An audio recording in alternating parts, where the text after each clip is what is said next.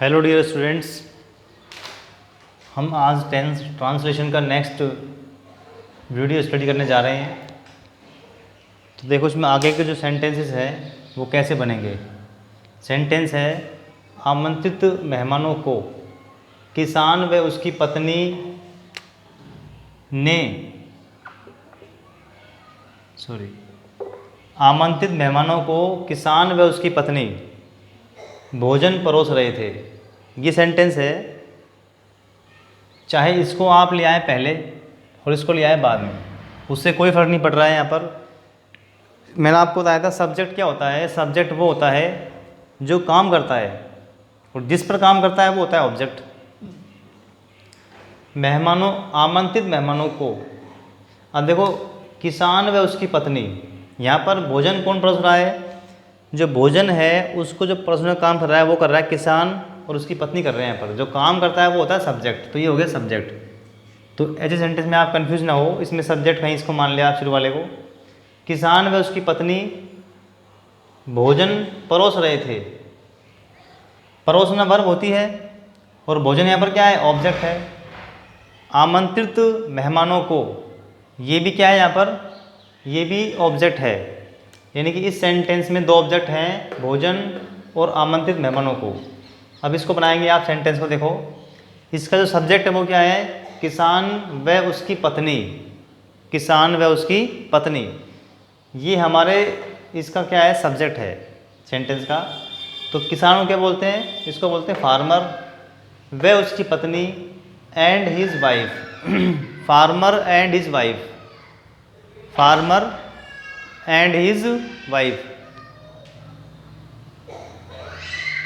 परोस रहे थे। जिन हिंदी वाक्यों में रहा था, रहे थे, रही थी, इस प्रकार के शब्द आते हैं तो वो टेंस बनता है पास्ट कंटिन्यूअस।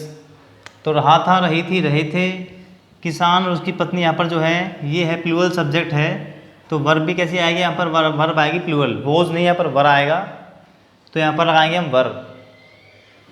बताया था आपको मैंने, रहा था, रही थी, रहे थे आते हैं तो वहाँ पर वोज या वर के साथ वर्ब की फोर्थ फॉर्म का हम यूज़ करते हैं। तो farmer and his wife were, fourth form क्या आएगी यहाँ पर? पर्सन क्या बोलते हैं? इसको बोलते हैं सर्व करना। खाने को हम सर्व करते हैं, इसको हम बोलते हैं सर्विंग। तो क्या बोलेंगे इसको? सर्विंग। तो farmer and his wife were serving. किसान और उसकी पत्नी परोस रहे थे, वर सर्विंग क्या? भोजन को बोलते हैं फूड। क्लियर? किसको? ये भी ऑब्जेक्ट है यहाँ पर, आमंत्रित मेहमानों को। तो टू द इनवाइटेड गेस्ट्स। मैंने आपसे कहा था दो प्रकार के ऑब्जेक्ट होते हैं, ऑब्जेक्ट आई और ऑब्जेक्ट डी। इनडायरेक्ट ऑब्जेक्ट और डायरेक्ट ऑब्जेक्ट। ये काम आता है डी फॉर वस्तु के लिए, डायरेक्ट चीज़ों के लिए काम आता है, और आई फॉर होता है इनडायरेक्ट। ये काम आता है व्यक्ति के लिए। आपको समझाया था मैंने, आई फॉर इंसान, इंसान मीन्स व्यक्ति। डी फॉर ढोर, ढोर मीन्स निर्जीव या डेड, इसको कह सकते हैं हम। तो यहाँ पर देखो डी फॉर डेड क्या है? भोजन। तो पहले हमारा देखो यहाँ पर रूल क्या था, हमने बताया था आपको कि हम पहले लेते हैं ऑब्जेक्ट आई को लेते हैं, उसको लेते हैं बाद में। अगर कभी ऐसा हो जाए इसको हम ले आए फर्स्ट और इसको हम ले आए बाद में, तो हमको बीच में टू या फोर प्रपोजिशन लगाना होता है। तो हमने यहाँ पर टू लगाया, क्यों? क्योंकि यहाँ पर हम जो है डी, ऑब्जेक्ट डी को हम पहले लेकर आ रहे हैं फर्स्ट बार। तो ऑब्जेक्ट डी को हम फर्स्ट लेकर आ रहे हैं ऑब्जेक्ट आई से। तो ये ऑब्जेक्ट डी हो गया, यानी कि डायरेक्ट ऑब्जेक्ट है। और ये कौन सा हो गया? यहाँ पर ऑब्जेक्ट आई है। तो ऑब्जेक्ट आई में कोई इंसान होगा, कोई पर्सन होगा। तो ये सेंटेंस ऐसे बन जाएगा। अगला सेंटेंस है, एक गरीब बिन बुलाए किसान को उन्होंने कुछ नहीं परोसा। एक गरीब बिन बुलाए किसान को उन्होंने कुछ नहीं परोसा। एक गरीब बिन बुलाए किसान, ये हो गया आपका ऑब्जेक्ट। क्यों हो गया ऑब्जेक्ट? ये सब्जेक्ट क्यों नहीं है? क्योंकि यहाँ पर जो परोस रहा है, जो परोसने का काम कर रहा है, वो कौन कर रहा है यहाँ पर? वो कर रहे हैं उन्होंने। तो उन्होंने यहाँ पर जो ये वर्ड आया यहाँ पर, उन्होंने का मतलब वे, कुछ नहीं परोसा। उन्होंने कुछ नहीं परोसा। तो उन्होंने यहाँ पर जो आया है ये यहाँ पर सब्जेक्ट है, क्योंकि परोसने काम कौन कर रहा है यहाँ पर? उन्होंने कर रहे हैं। तो उन्होंने कुछ नहीं परोसा। कुछ नहीं परोसना वर्ब है, ये पूरी वर्ब हो जाएगी। यहाँ पर नेगेटिव सेंटेंस बनेगा इसका, ये सब्जेक्ट हो गया, और एक गरीब बिन बुलाए किसान को, ये हो गया यहाँ पर ऑब्जेक्ट। तो पहले किसको लाएंगे हम, पहले आएगा सब्जेक्ट, इसमें क्या है उन्होंने, इसको हम बोलते हैं दे। मैंने आपसे कहा था चाहे तो वे आए चाहे उन्होंने आए, उसको हम दे बोलते हैं इंग्लिश में।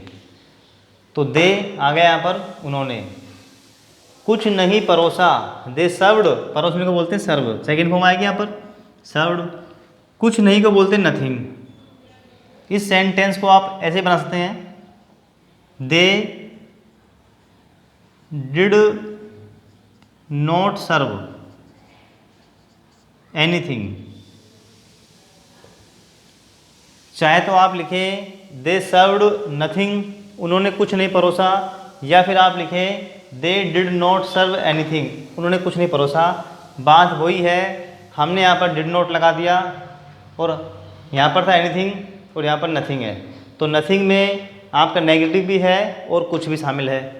तो कुछ नहीं परोसा मतलब कि did not, they did not serve anything, या फिर लिखें आप दे सर्व एंड नथिंग। दोनों में से कोई भी आप जो है लिख सकते हैं। किसको नहीं परोसा भाई, to the uninvited poor farmer, एक गरीब, गरीब को बोलते हैं पुअर, किसान को बोलते हैं फार्मर। बिन बुलाया इसको बोलते हैं अनइनवाइटेड।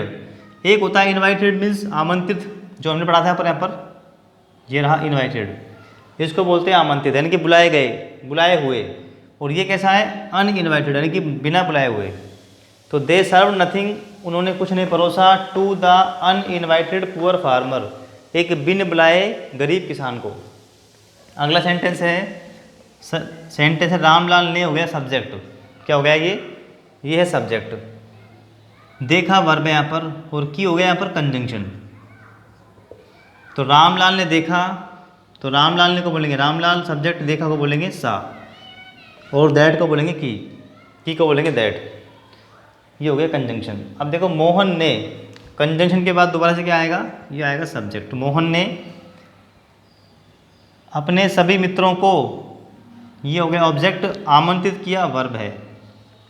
तो मोहन ने को क्या बोलेंगे, मोहन हो गया सब्जेक्ट, वर्ब यहाँ पर क्या है आमंत्रित किया, इसको हम बोलेंगे इनवाइटेड। क्या बोलेंगे इनवाइटेड। अपने सभी मित्रों को, Mohan invited all his friends, all his friends. तो ये बन गया इसका ऑब्जेक्ट। तो इस प्रकार से सेंटेंस बनेंगे।